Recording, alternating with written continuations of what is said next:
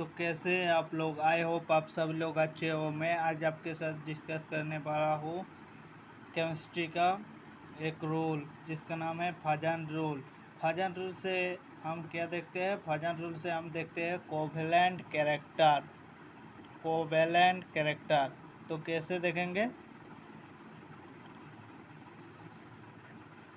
कुछ पॉइंट आपको याद रखना है, उससे आपका सारे क्वेश्चन सही हो जाएगा। तो पहला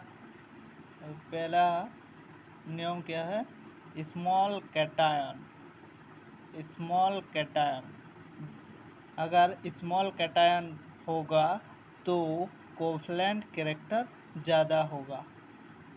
स्मॉल कैटायन और साथ में लार्ज एनायन। दूसरा पॉइंट क्या है? Large anion.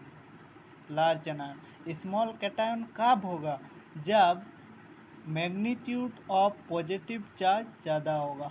तो क्या लिख सकते हैं? मैग्नीट्यूड ऑफ पॉजिटिव चार्ज जितना ज़्यादा होगा उतना कोवेलेंट कैरेक्टर ज़्यादा होगा। मैग्नीट्यूड ऑफ पॉजिटिव चार्ज जितना ज़्यादा होगा उतना कोवेलेंट कैरेक्टर ज़्यादा होगा।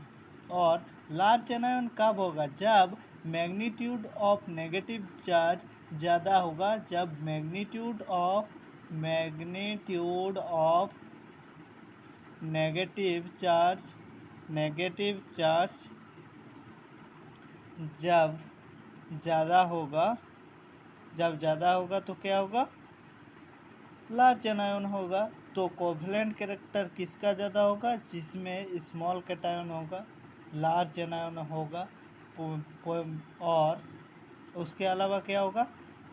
मैग्नीट्यूड ऑफ पॉजिटिव चार्ज ज़्यादा होगा या मैग्नीट्यूड ऑफ नेगेटिव चार्ज ज़्यादा होगा। एक डायग्राम ध्यान रखना, स्मॉल कैटायन और लार्ज एनायन। स्मॉल कैटायन और क्या?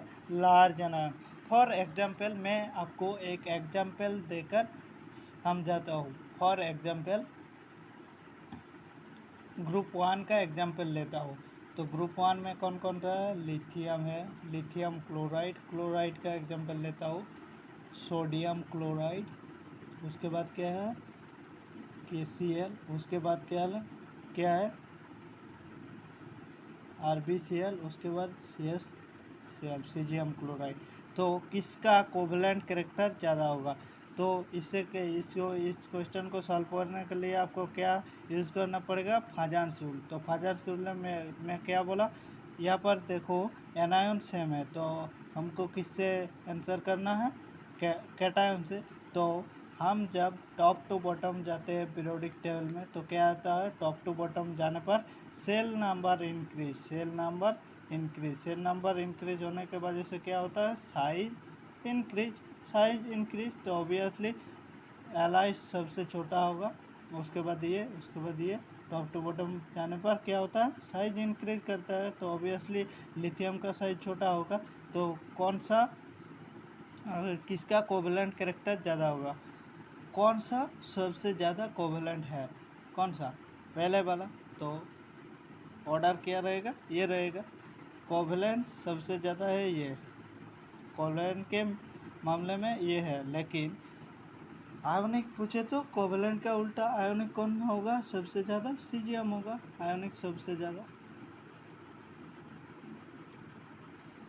जिसका ज़्यादा आयोनिक होगा, आयोनिक कंपाउंड क्या होता है? मजबूत होता है, फोर्स ऑफ एट्रैक्शन ज़्यादा होता है। उसके लिए डिकम्पोजिशन आसानी से नहीं होगा। तो इनवर्सली प्रोपोर्शनल टू डिकम्पोजिशन।